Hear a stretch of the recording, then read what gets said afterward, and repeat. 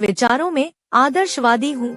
मैंने हमेशा अपने बॉयफ्रेंड से एक सुरक्षित दूरी बनाए रखी और हमारे रिश्ते की शुरुआत से लेकर 1 साल तक हमने एक दूसरे को चुमा तक नहीं। अब उसका जन्मदिन था और वह अपने दोस्त के घर में अपने उपहार का इंतजार कर रहा था जहां हम मिलने वाले थे। मैंने सबसे अच्छा बटुआ खरीदा जो मैं खरीद सकती थी और उसे एक उपहार पैक में अच्छी तरह से लपेट दिया। उपहार देने के बाद हम अपने दोस्तों, मौसम, कॉलेज और हर छोटी बड़ी बात के बारे में बात करते रहे। हम शर्मीले थे या यूँ कहें कि खुलकर बात करने से डरते थे क्योंकि हमें नहीं पता था कि दूसरे को कैसा लगेगा। अजीब, मैं उसके हाव भाव से जानती थी कि वह क्या चाहता है। मुझे पता था कि मुझे पहला कदम उठाना होगा क्योंकि उसे डर था कि अगर उसने पहले ऐसा किया तो मैं उसे थप्पड़ मार दूंगी या रिश्ता तोड़ दूंगी। तो यह पहली किस की कहानी है। मैंने उसे अपनी आंखें बंद करने के लिए कहा क्योंकि जब उसकी आंखें खुली थी तो मैं उसके पास जाने के बारे में सोच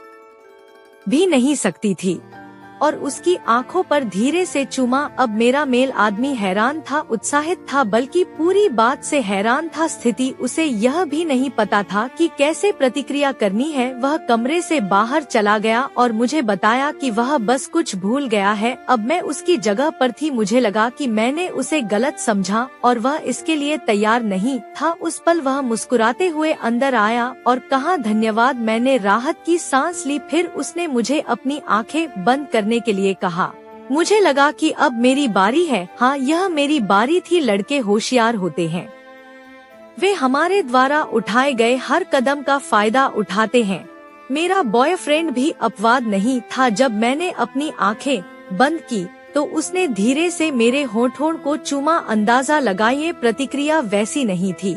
मैं दिल खोलकर हंसी। जब मैंने अपनी आंखें खोली तो मैंने पाया कि वह मेरी अगली चाल के लिए मेरी ओर ध्यान से देख रहा था, बल्कि वह एक डरे हुए पक्षी की तरह खड़ा था जो उसी पल उड़ जाएगा जब मैं रोऊंगी और कहूंगी, तुम्हारी हिम्मत कैसे हुई।